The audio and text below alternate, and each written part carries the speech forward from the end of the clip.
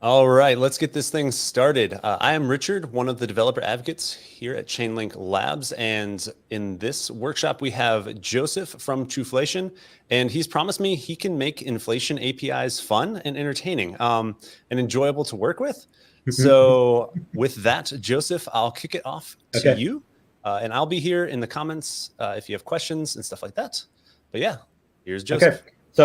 So more fun and enjoyable than you'd think. Okay. So let me start off. All right. We're doing a workshop on inflation and APIs. So let me. Okay. So the first thing about it is don't panic. Okay. Everything that we're going to talk about, we will be able to start from the GitHub site, GitHub Truflation Quick Start. From the Quick Start guide, there will be a Discord developer chat group at the bottom. And I'm available on the Discord group on Hong Kong time. And so if you've got any questions or if you just want to talk about Solidity programming, then feel free to drop by. Okay, so a bit about myself. Okay, so let me start by talking about science fiction. So I'm kind of a science fiction nut, and there are two science fiction shows that I'm particularly interested in. Classic Star Trek, the episode "City on the Edge of Forever," and classic Doctor Who, "The City of Death" by Douglas Adams with Tom Baker and Lalla Ward. And the reason I find these two interesting is because they're about people that find themselves in the wrong century. So from an early age, I've always wanted to be a starship captain, and unfortunately, I was born probably 2 or 3 centuries too early, and there may be some laws of physics that need to be violated, which can be quite annoying. So ever since I was 6 years old, I've been programming. Along the way, I managed to get a bachelor's degree at MIT. Did an astrophysics stuff with supernova hydrodynamics at UTexas Austin. And I spent a few years babysitting computers for JP Morgan. And right now, along with working with Truflation, I'm working with CERN on computation projects for particle physics. So part of what I'm trying to do with Truflation and with all this other cool stuff and the Chainlink servers to just push the technology as far as I possibly can because I just want to get closer to the century which I feel that I should be living in. So let me tell you what I find exciting about blockchain. And I remember when I was 6 years old, the very moment when my father was talking to my mother, and he mentioned that the community college had just bought a whole bunch of computers. And at the time, computers were these big, gigantic things which you'd see in television shows. And my father said, "No, these are small microcomputers." And he showed them to me, some of them to me. And at the time, I was 6 years old, and there were easy to use guides that got me into the world of BASIC. And the cool thing about blockchain is that we're not at that point yet, but we're a few years away because there's no reason why blockchain can't be made accessible to just everybody to write all sorts of applications on. And there is just amazing amounts of data, amazing amounts of technology available there. But it still takes quite a bit of work to make it so that the next generation can start playing with it and make their own video games. But part of what I'm trying to do here is pushing the technology so that we reach that point. Right. So let me go. Okay. All right. So this is the company I work for, and the brief description of what we're trying to do is real-time financial indexes on the blockchain. And so we're starting with the thing that everybody's interested in, inflation. So we're pulling in data from all over the place. We're calculating our own inflation index, and we're publishing it on the blockchain. But we actually want to take just the world of financial indexes and just put everything on the blockchain. And so what's different about our index is our data is updated daily. And one thing that we can do, which you can't easily do with government inflation figures, is that we can provide subcategories. We can actually go through and say, okay, this much is because of housing, this much is because of automobiles. And we'd like to be able to provide personalized information so that everybody has their own personal financial index. So where we are right now and what the focus of this discussion is going to be is we have some simple examples that just get the current inflation index. But we've been working on an API so that we can get the world of financial data. Okay. So let me go to the next slide. Okay. So let me exit from the PowerPoint and bring up the browser. And so what I'll do here, let me see, is to, so this is the quick start page, and this has got the introductory code. And so to start off really simple, right? So we have a smart contract. It's been deployed on Wrinkleby testnet. And so in order to get to that, okay, we just go read contract, and we have year-on-year inflation. So you click the link from the start, quick start, this goes to smart contract, and we have like the year-on-year inflation. Now, behind the scenes, we're doing all these calculations in the backend server. And so what we can actually do with the smart contract is to refresh the data. And so on the Wrinkleby smart contract interface, we have year-over-year inflation. And so in order to refresh the contract, what you do is you send, okay.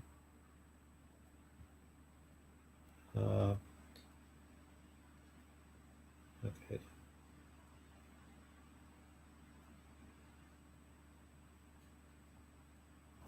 You send to this contract,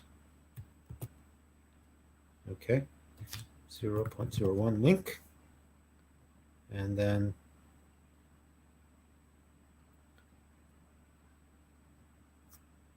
behind the scenes we have just it's right now sending it to the server. And let's see. Okay. Now once you've sent the link to the smart contract, what this smart contract will do is you just request the year-on-year inflation. And then and so what this will do is the smart contract will send a request to the smart contract that's already written. It'll go to our inflation calculation servers, and we will get a freshly calculated version of inflation, which is available, which will be put back on Y/Y inflation. Okay.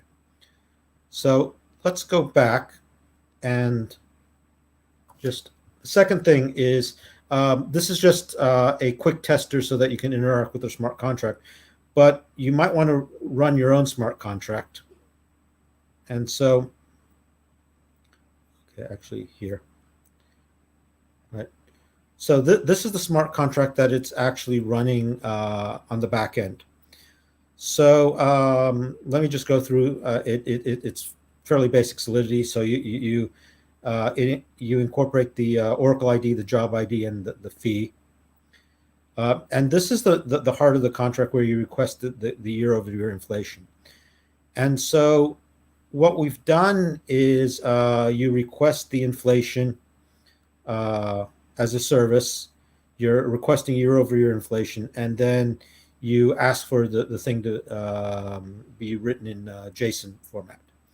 So then it sends a request over to the Oracle, and then once the Oracle gets back, it will take the inflation and then put it into the string, and then it'll save the string in the memory where you can pull it in with the Web3 application.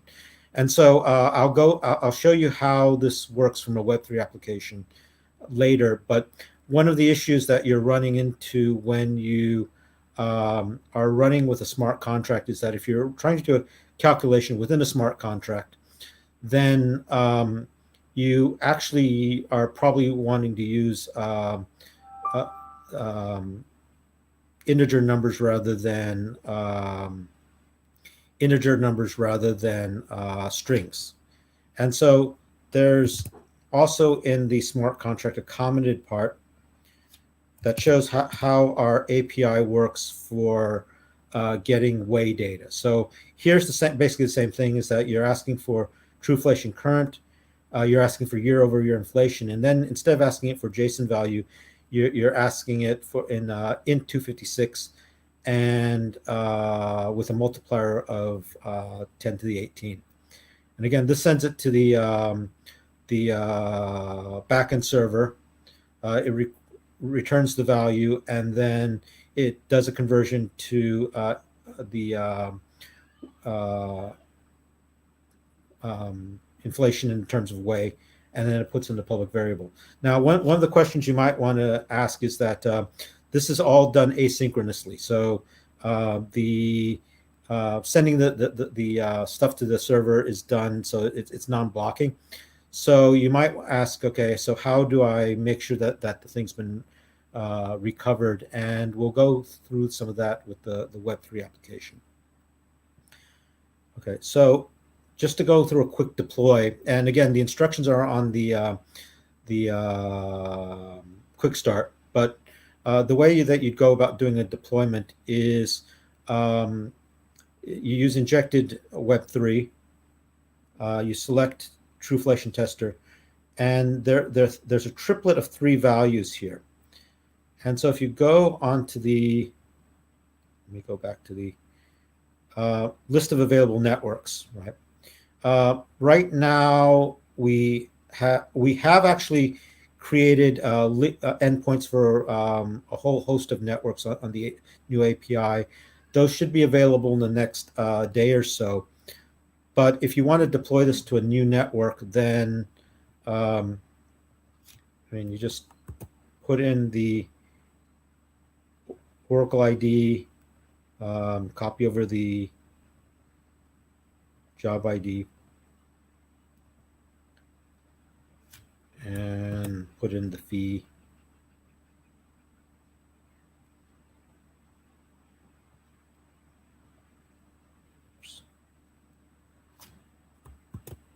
And so this does, you press transact, MetaMask appears, confirm, and you will very quickly get a new contract. And so to actually execute this contract, okay, you now have a new contract here. Now, if you just press request, one of the requests, it's going to fail because it hasn't received any link. So what you need to do is to take the contract, again, send it the link fee.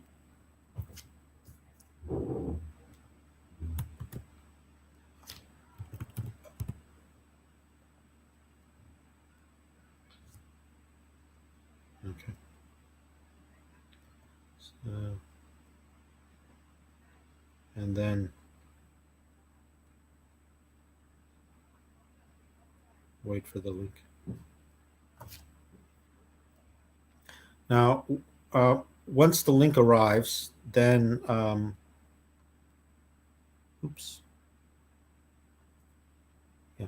Once the link arrives, then it's still pending.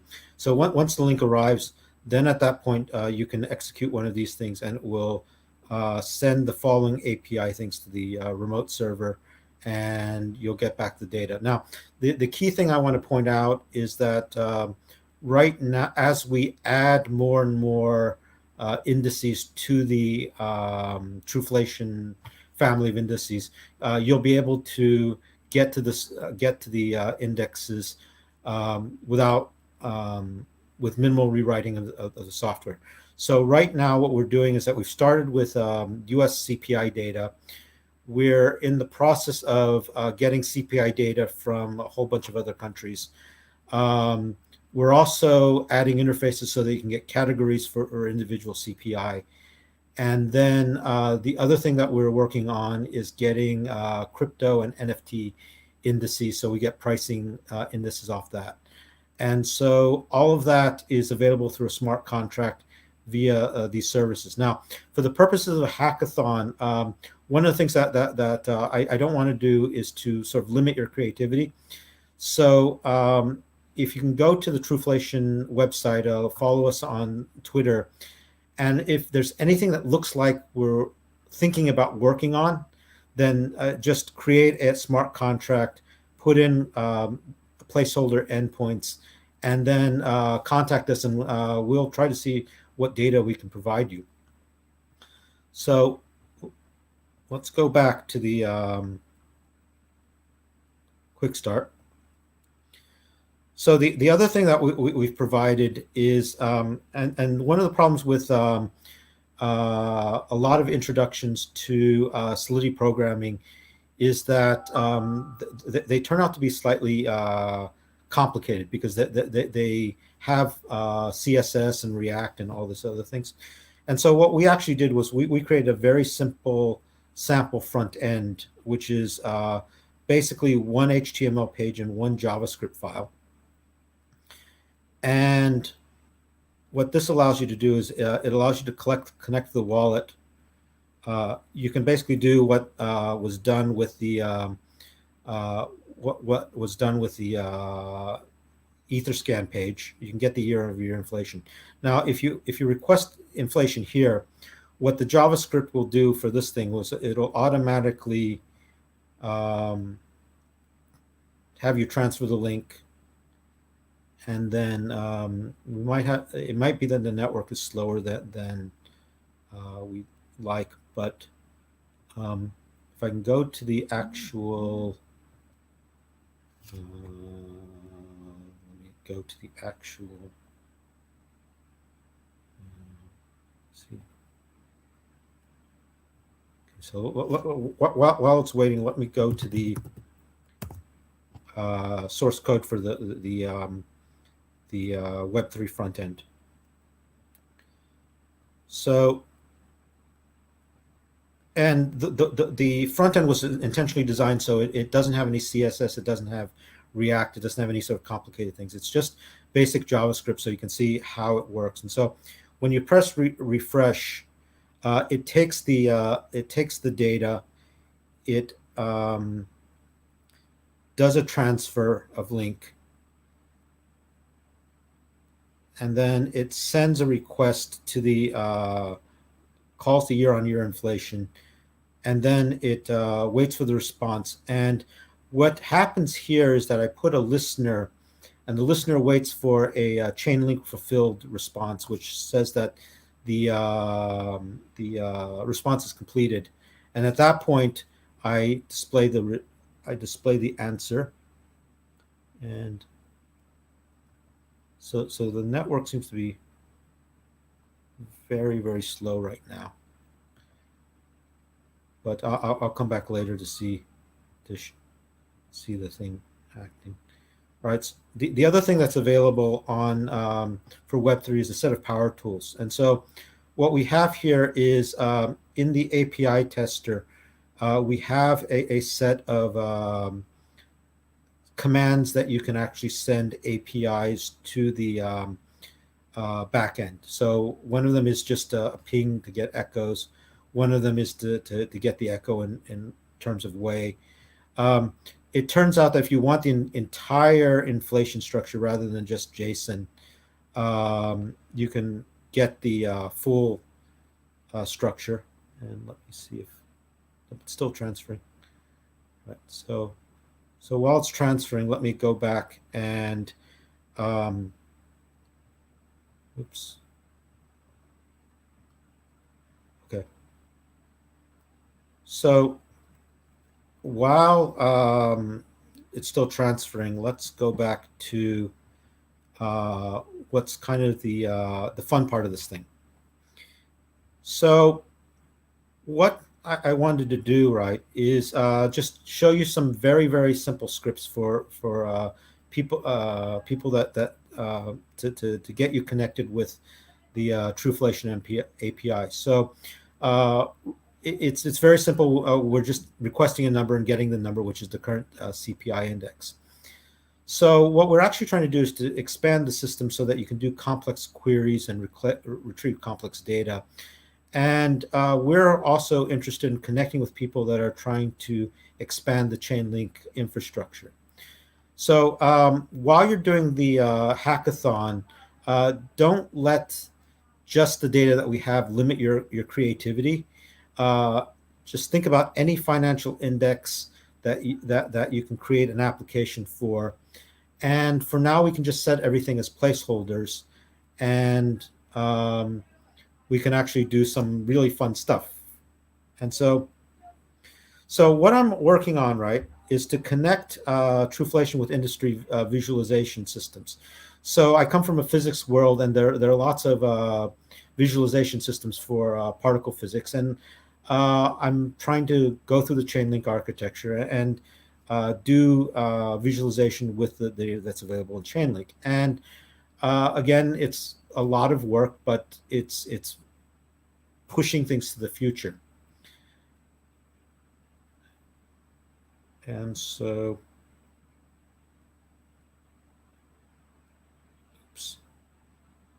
oops, let me see, wrong way.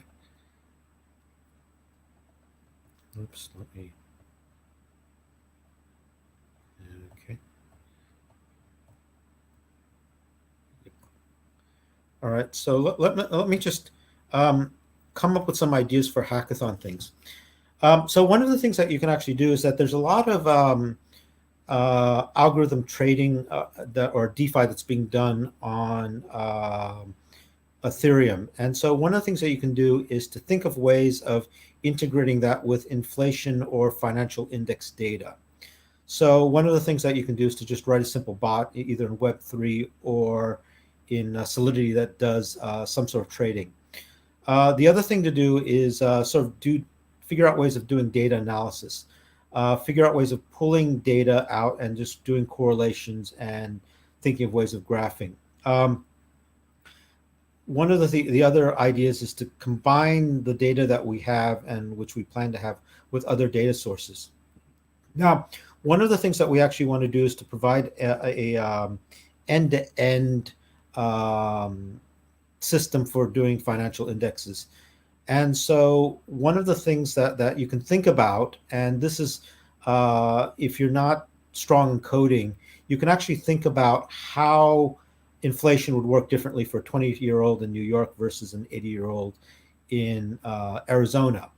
For example, how would you gather spending habits for different people? And then you can integrate the data that we have with personal finance or retirement savings, connect this with academic publishing, have a discussion on like what do people think the real inflation is. And one of the interesting things that we need are people that are thinking in terms of black hats. How can you bring down the infrastructure? How can you hack the infrastructure in ways that are that manipulate the indexes? And so these are the type of things that we can think about for hackathon projects. But right now, what we have is an API. We have some very basic data, but we plan to get a whole lot more data. And so for the purpose of hackathons, what we'd like for you to do is to just look at the website and what we're doing, and let us know what we should be doing and what data we should be providing, because we're actually very interested in having a dialogue with developers and with people in the financial services industry about what can be done. So, oops,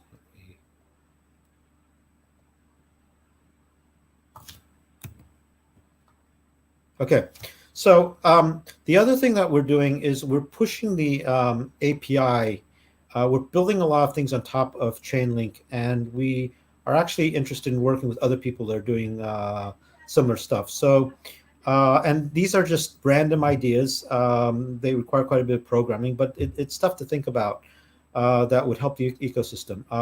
One of the things that's happening is that when people are accessing data, they're usually in the financial world, they're usually accessing it through an Excel spreadsheet or Google Sheets. And I don't know of an easy way of connecting Web3 and smart contract data with spreadsheets. The other thing is right now our APIs are designed to bring individual data, but at some point we'd actually want to create like complete bulk data, I mean gigabytes of data, and that would require something like IPFS. And the other thing is to think about the queries, GraphQL. How would you integrate this with a custom token and integrate this with an NFT certificate? Now, the interesting thing about smart contracts is that the smart contracts we've written have basically very, very little logic in them. But you can do some advanced things like give rewards to people that provide certain data, or provide some sort of reward for people that provide the best inflation data. And there's also schema development. Okay, how do we send data back and forth? And so a lot of what I'm actually trying to encourage people to do is to just take the like small Legos and building blocks that we have and just go crazy with it, and just come up with just lots of creative things, because I like new and different technology, and I'm really fascinated to see what people would come up with. And so if you can dream it, we can figure out how to build this together. We're doing our best to make our systems as open and as transparent as we can. We're still in the sort of awkward phase where we're working with one foot in traditional finance, but we're trying to push things to like an open world where we're all working with each other to make a decentralized blockchain system. And I'm very, very excited about the future, and I'm excited about the technology that Chainlink can provide. So with that, let me see if there are any questions. And so,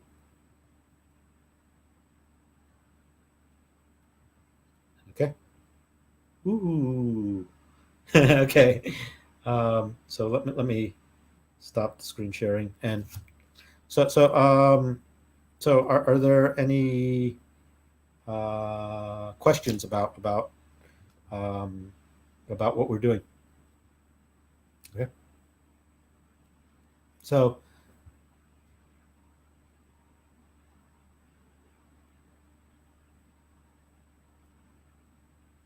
okay. Okay. So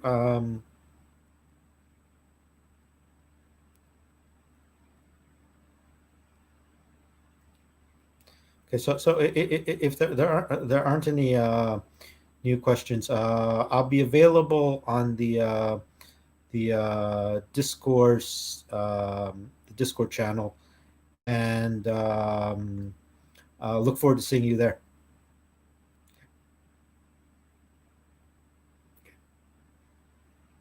So.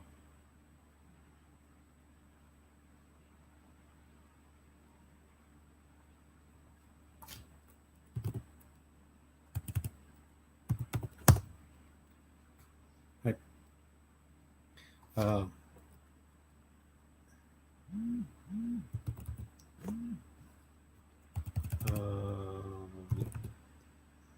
think so. Okay. Oh, wait a sec. One sec. Oh, 1 sec. Okay, so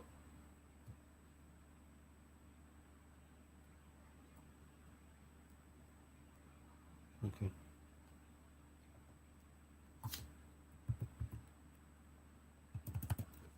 Okay, so some people are asking about okay, so some people are actually somebody was asking, okay, what can a person with no coding experience do to benefit the platform? The big thing that you can do if you're not familiar with coding, right, is you can actually start by uh, drawing a mock-up of what you want to see. Okay, so take a clean sheet of paper. Think about like what is it that you want to see, what frustrates you about data and information, and just take a clean sheet of paper and write down what you want to what you want to see in your web browser. And so that would get you started. The other thing that you can do is to just come up with ideas about how inflation affects your life, and what sort of thing that would make your life easier. One other thing that you can actually do if you don't have any coding experience is to get in the chat groups and start talking with people that have coding experience. And the other thing that is interesting would be to come up with ways of uh, expressing what data you'd like to see and how you'd go how you th- how you think about inflation figures, because it turns out that a lot of people, when they look at government inflation figures, okay, I think the official number might be say 7 or 8%, and they're thinking to themselves, wait a second, my daily existence is prices are going up a lot further than that.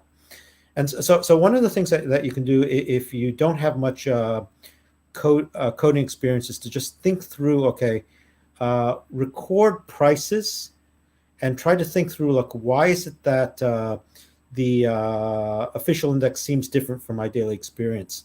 And part of what I want to do is to get it from not just coders and technical experts and financial people, but to basically democratize finance so that ordinary people can sort of react to the situation we're in. And one of the reasons I like blockchain is that the technology, it's what I call a Promethean technology. And so it's something like microcomputers, where you can put a lot of power into a smartphone and into the hands of ordinary people. So while the technical experts are trying to make the technology more accessible, if you don't have any technical expertise, you can actually go in the other direction and find out what it is that you need. But I mean, if you don't have any hackathon or technical expertise, just go crazy. Just come up with ideas. And a lot of ideas will come from people that don't have technical expertise. And I want just ordinary people in this conversation. Okay. So somebody wanted to elaborate on the hackathon idea about using trading bots from inflation data. So there are actually two parts of that. One is the trading strategy. And one of the things and again, this is something that you could actually work on with, if you don't have any programming experience, you could actually work on it with somebody who does have programming experience, or vice versa. If you, and one of the ideas is, okay, how can you make money from inflation? And so,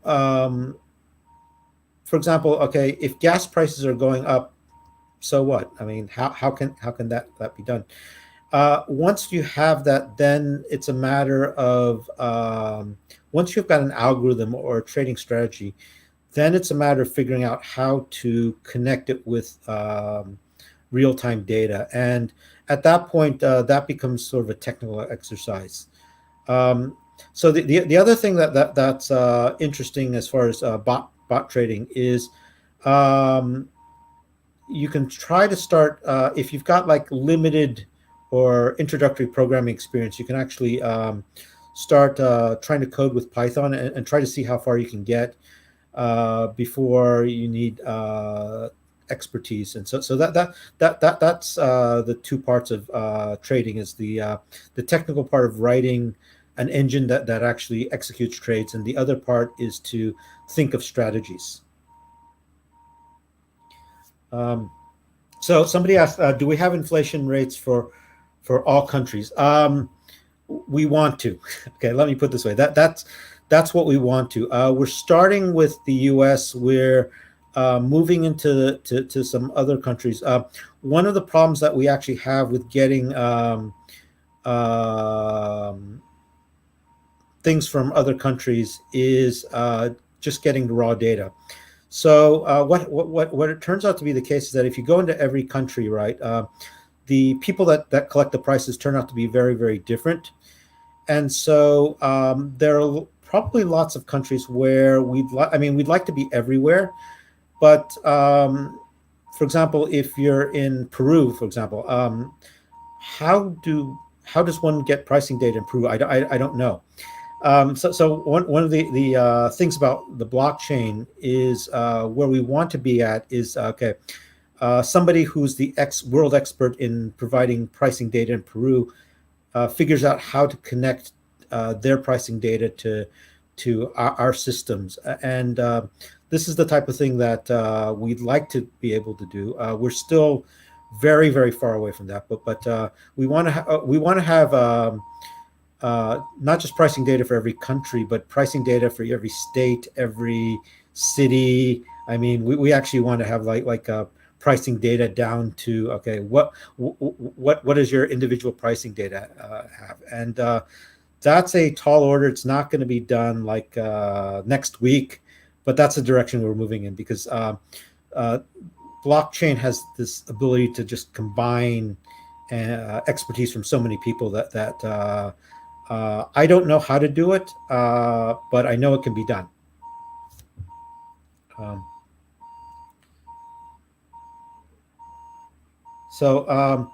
somebody made the comment that amateurs and experts need to be matched more evenly. Okay. So one of the truisms that I believe is that everybody's an expert about something. Everybody's good at something, and everybody's bad at something. And so one of the things that I encourage people in hackathons to do is just meet people, just talk to people. And even if you don't know what to do, just hang around the chat groups and just listen in, because you'll figure out what you're good at and what you're bad at. And then you'll meet people that are good and bad at different things. And that's how systems develop, is that we match somebody who's good at something and somebody who's bad at something. I mean, that one of the things is I'm a very strong believer in markets and trade, and that's all about trade. Is that I might be able to do equations, but I'm absolutely terrible at cooking, and so if I grind my equations for you and you cook for me, and we figure out like what we're best at, then we'll make everybody better off. And that's the exciting power of markets and finance and blockchain. And so one of the things that I want to do with Truflation and want to do with blockchain is to just bring some of the excitement back, the fun back into the finance, because it can get like boring, it can get dreary. You look at the world and it just looks absolutely horrible. But then once you start talking to people and you find that you want a better life, everybody wants a better life, and then you just figure out how to do this. I mean, that's the fun in hackathons, and it's really important to be inclusive, because we're all in. I mean, we can't escape the financial situation, and so we're all in this together. And so what we're trying to do is to do what we can to provide good data as far as inflation goes, and to provide APIs and provide tools. And what I'm interested in seeing, and I really don't know, is what people will do with those tools. So let me go through. Um, and so actually, one of the things that you can actually do, right, is to go through our instructions and go through our websites and just provide some feedback. What I don't know what the best way of providing the information is, and part of the problem is I've looked at the code so much I need a new pair of eyes to see what's going on. So what we can do is you can just go through the instructions, and if you run into any problems, just chat with us on Discord. So. Any other? Yeah. Somebody made a comment that hackathons need more creatives. Okay, so let me tell you something that I'm absolutely terrible at. Right, I'm absolutely terrible at graphic design. So what happened was that the web pages that you've seen on the Truflation site, they are like me avoiding doing any sort of graphic designs and anything like artistic. I just sling numbers around. So anybody who has ideas on how to use graphic design or how to use creative stuff to display data or to provide better data is welcome to this. Okay.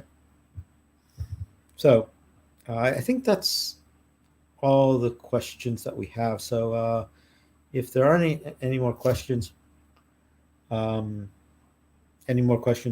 I think we can call it an evening then. So I'll be in Discord. I'll be hanging around some of the Chainlink chat groups, and I'm trying to talk with a whole bunch of other people. So look forward to working through this together. Okay. Oh, scaffold ETH. One other thing that you can do on the Discord group is if you know of any tools that are you can go on the hackathon tools, the hackathon chat groups. If you know any tools that just make Solidity programming easier, then feel free to chime in, because there's so many tools out there that it gets kind of confusing sometimes.